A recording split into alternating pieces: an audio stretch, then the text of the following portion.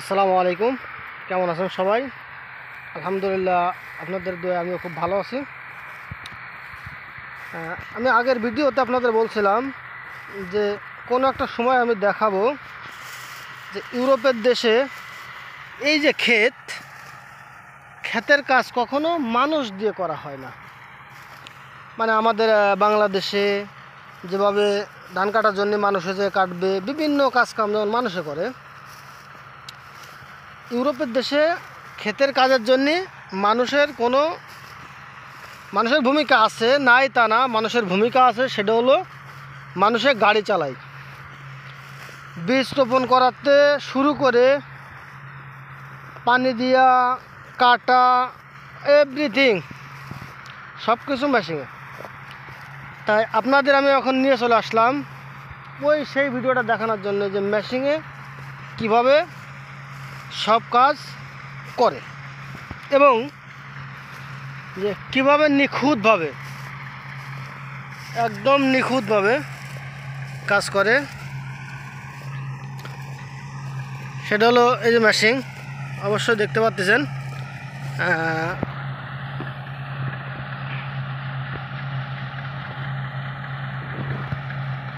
একটু জুম করলাম, কেননা ওই গাছের যে ময়লা আছে ওই ময়লার জন্যে কাছে যাওয়া সম্ভব না, অনেকটা দূরে উঠতেছে। হ্যাঁ, দেখুন কাজ চলতেছে। অবশ্যই আমি আপনাদের আরও ভিডিও দেখাবো, যতটুকু সম্ভব ভিডিও দেখানোর আমি অবশ্যই চেষ্টা করব আপনাদের দেখানোর। বিভিন্ন প্রকার যখন বীজটা রোপণ করে মাটিতে, বা আপনার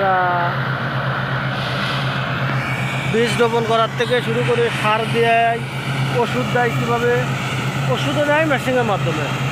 হ্যাঁ, ওষুধও দেয় মেশিনের মাধ্যমে।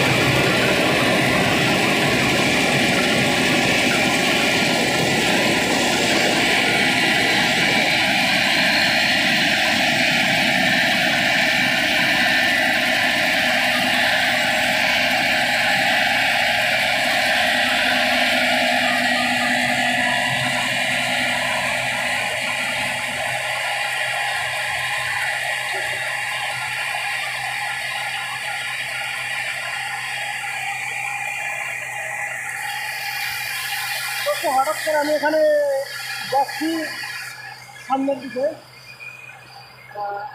যাচ্ছিলাম মাছ ধরার উদ্দেশ্যে। এখন দেখা হলো রাস্তার মধ্যে কাজ, মানে রাস্তাতে যাওয়ার সময় দেখা হলো কাজ চলতেছে। এই জন্য আপনাদের দেখানোর জন্য ভিডিওটা করলাম। অবশ্যই এখানে জমি তো অভাব নাই, এটা অবশ্যই সরকারি না, মালিকানা। কেন গণতন্ত্র তো, এটা তো রাজতন্ত্র না, এটা গণতন্ত্র।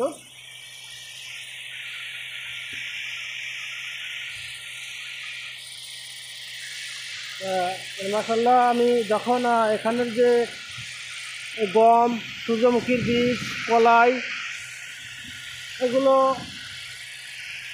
ট্রেনে লোড করা হয়,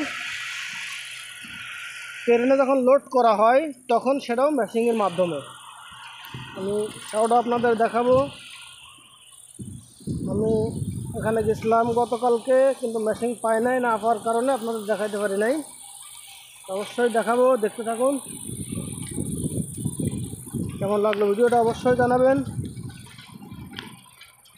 সবাই সুস্বাস্থ্য কামনা করে এখানে শেষ করছি। আল্লাহ হাফেজ, ভালো থাকবেন সবাই। আসসালামু আলাইকুম ওয়া রাহমাতুল্লাহি ওয়া বারাকাতুহু।